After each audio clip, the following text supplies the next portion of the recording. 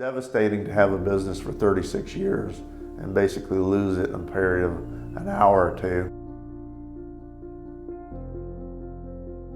This is Dugan Whiteside. I'm the owner-manager of Anguilla Fish Farm near Hastings, Florida. We're located in close proximity to the St. Johns River. Initially, we were an eel farm, and we were one of the few cultures of eels in the United States.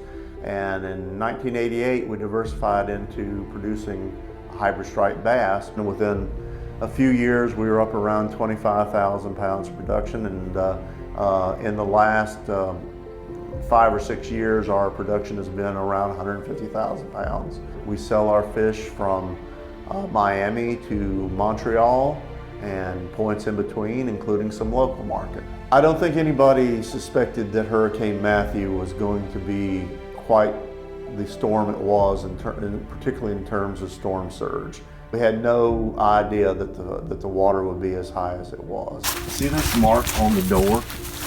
That's the water line. There was over 100,000 pounds of fish out there, and I was by myself, so there wasn't a lot I could do about harvesting fish. And it was impossible to walk around here even with hip waders on. The water got so high that it came up over this air inlet filter here and drew water into our underground system, and that stopped the air from flowing to the tanks. My fish don't, in the densities that we grow them, don't survive more than about a half an hour without aeration. So when these went underwater, and then when water finally got to the big generator, there was nothing further we could do to save the fish. We lost everything. We've lost all our crop. I think the number is about 102,000 pounds by our estimates. 102,000 pounds is approximately $425,000 worth of market value. When we buy new fingerlings, it takes a year before we can even start selling the fish, and then it takes closer to 22 months from purchase for all the crop to be gone. So our cash flow situation is zero for the next year. We also had our office damaged. Most of the furniture in there had to be disposed.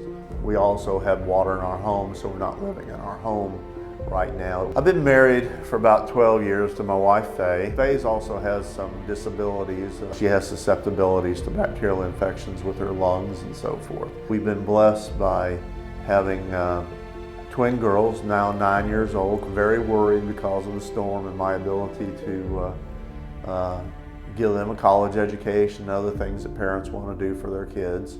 I guess I have to be the rock to try to do this, but believe me, I've had my depressing moments, and it's not good waking up in the morning and realize that your nightmares have come true. Hopefully in 6 months to a year we can be back in our home. To try to get a home disaster loan, but because I don't have income this coming year, we were turned down for that. So we have to renegotiate with our creditors. Our loans are now distressed because of the loss of fish that would have been used to repay the loans. We've been working with FEMA, Small Business Administration, Department of Economic Opportunity, and different agencies trying to take advantage of the available disaster programs, and making some progress with that, but still got a long way to go. And we're kind of under the threat of foreclosure with the business and home, and quite frankly don't know what we're going to do if that happens. It's very hard in this day and time to be a farmer. That's why so much of our food is coming from overseas. And if you want to have farmers remaining in this field, there's got to be a mechanism for surviving disasters. And right now I don't feel like the mechanisms that are in place are sufficient for farmers such as myself to survive.